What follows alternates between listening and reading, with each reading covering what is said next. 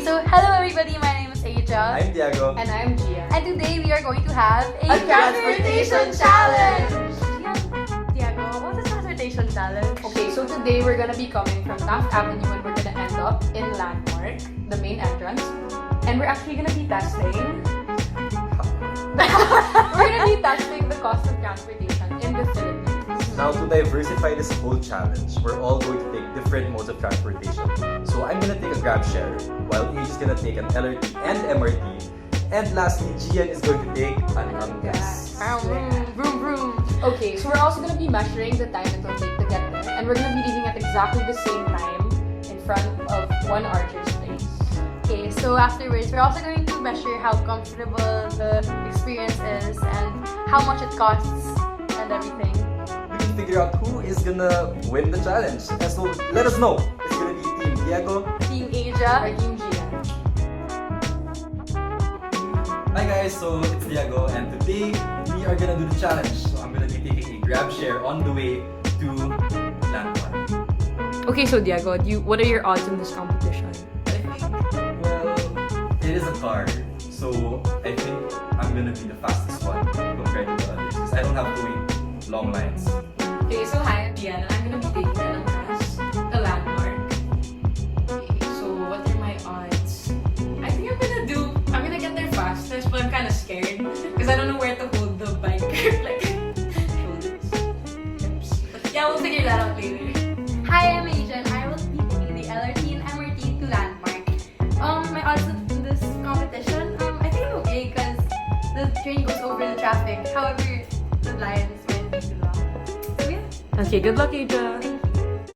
We're about to start our transportation challenge. Again, I'm Diego and I'm going to be taking a grab share. I'm Aja and I'll be taking the LRT and MRT. And I'm Gian and I'll be taking an Angkas. So again, we're just gonna remind you of the rules. So we're going to start. We have our timers here, the watches and the phone.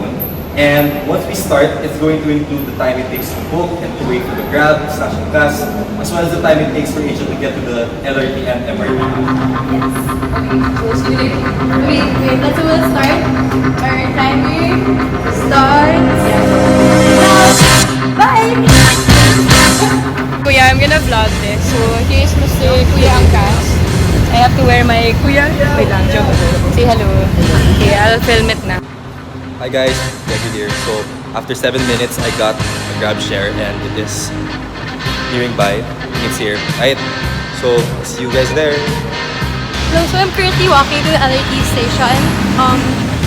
Yes, so I have to keep my phone because my phone might get snatched. So hello, I'm on the way to Garina station to board the first train.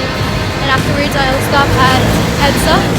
And then I'm going to change the MRT to Ayala. Okay, so who would have thought I got in the wrong Angkas? Like, I don't think this happens a lot. So, it's like 23 minutes. Yeah, I'm with Enzo. Right, so we are now in the business area of Makati, Makati Ave. And so far, this is the traffic.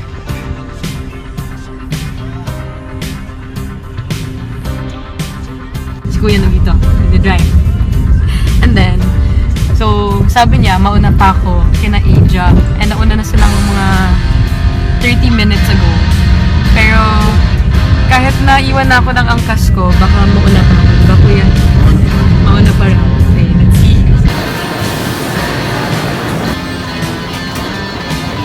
So before I go to the next station, I have to cross this mall. Yes. So, it took a while for the LRT to arrive at Carino, that's where I was.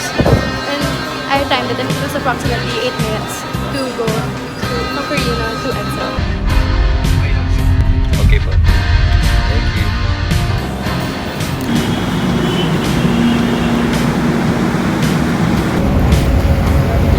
So, I guess I lost this one, Diego. Okay, 44 minutes. With a mistake pa, Miss Aika. Hello, Aika. Special mention. Okay, so hello. I just got to the Ayala station and I'm walking to Landmark. Actually don't know where Landmark is, so good luck to me. It took a while for the bus or the trains to actually move. Yeah. and arrived at the station. The ambience was okay, the aircon naman. And I got a seat in the second MRT. Oh no, the MRT. I got this seat. Late to the party, but she still made it, I guess. 1 hour and 3 minutes. Aja got lost. Yago's chill. Aika's chill. Yeah, look, they already got to buy their cookies, and Aja just got here. I lost my bangs in the process. So yeah, this ends the transportation challenge, I guess. And our winner is Diego, Aika. The minority way. Unexpected, same. Diego's 20-minute commute with GrabShare cost 143 pesos. Gian's 44-minute commute with Angkas and taxi cost 130 pesos, while Aja's 1 hour and 3-minute commute using LRT and MRT cost 28 pesos. With the hustle and bustle of the fast pace of Manila, public and private transportation are of importance to get from one place to another. However, we cannot confidently say that it is always reliable. And when it isn't reliable, what's at stake? What are the different costs of transportation? According to the Boston Consulting Group, Metro Manila has the third worst traffic in Southeast Asia, behind Bangkok in Thailand and Jakarta in Indonesia. Transportation services consist mainly of jeepneys or public utility vehicles, taxis, tricycles, and pedicabs that are privately owned and operated. According to the 2015 Global Driver Satisfaction Index, or the GDSI, conducted by Waze, Manila has the worst traffic on earth. The average commute time at Metro Manila is 45.5 minutes, which is the longest in the world.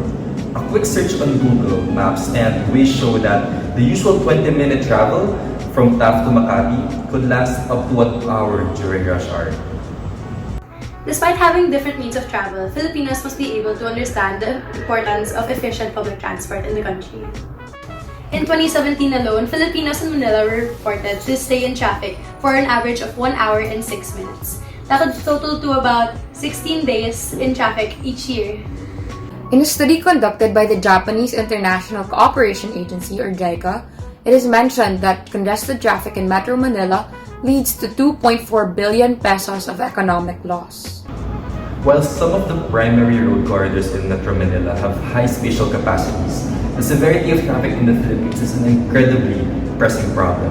Although individuals are given the opportunity to take public transport to lessen road congestion such as the railway system like the MRT and LRT, it's always been accident-prone, inconvenient, and unreliable. In 2014, the MRT3 has been operating at the level of 500,000 passengers per day, while it can only take around 350,000 passengers. But of course, it is one thing to read about it online and another to experience it daily. Check out the responses of different commuters when asked about the traffic situation in Metro Manila. It takes me about 30 minutes. Isang oras po. Isang oras. Taga saan po kayo? Mandaluyong. Mandaluyong pupunta dito. May kasama na akong traffic yun. Ay, sama traffic po. Yes, I'm familiar with it. Is this the one part of the Build, Build, Build program by Duterte? Yes.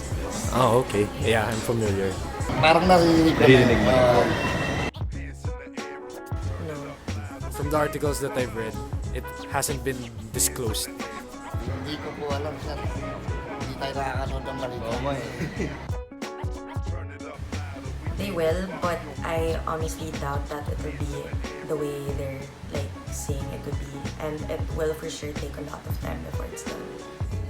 Basing my answer from the infrastructures being built right now, I have a feeling it will be implemented properly. Hindi natin malaman. Hindi ka po sigurado na magagawa nila. Inefficient. Old. Okay naman yung commute, kaya lang may mas maganda may sarili kang bike o kaya motor, makakadal. The weight of traffic and the inefficiency of public transport observed in the interview calls for quick action, especially by our government officials. This is why, as one of the 75 infrastructure projects of the national Build, Build, Build program, the government decided to create the Metro Manila Spillway. It is a 35-kilometer line that will operate from Mindanao Avenue in Quezon City to the Ninoy Aquino International Airport in Pasay City, with trips lasting for 40 minutes. The subway will be connected to LRT 1 and MRT 3 and 7. This mode of transportation is expected to accommodate 370,000 passengers daily and is said to be fully operational by the year 2025. Some would say that it's necessary and incredibly beneficial, while others would say that it's a far-fetched plan. With that, let's delve deeper into the problem. The question to ask is, can we afford it? Will it be worth spending in the long run? Should we prioritize this project before we build? Because due to the rains, it might break, then we gotta fix, and spend. But how can we spend if we have lots of debt? Debt.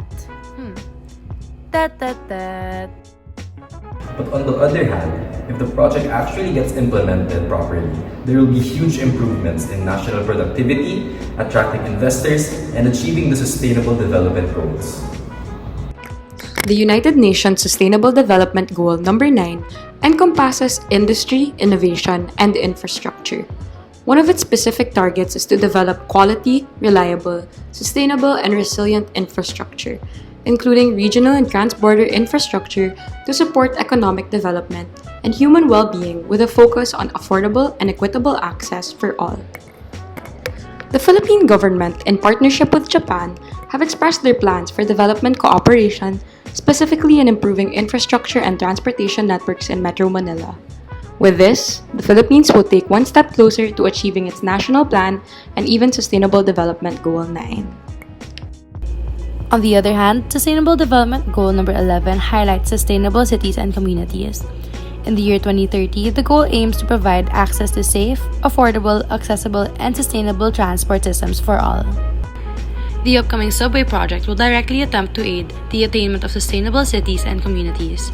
Moreover, the partnership with Japan will reinforce the target set by the UNDP in pushing the developed countries to help developing countries through financial and technical assistance towards SDG 11. After weighing in the costs of transportation, will the incentives of Metro Manila subway be worth it?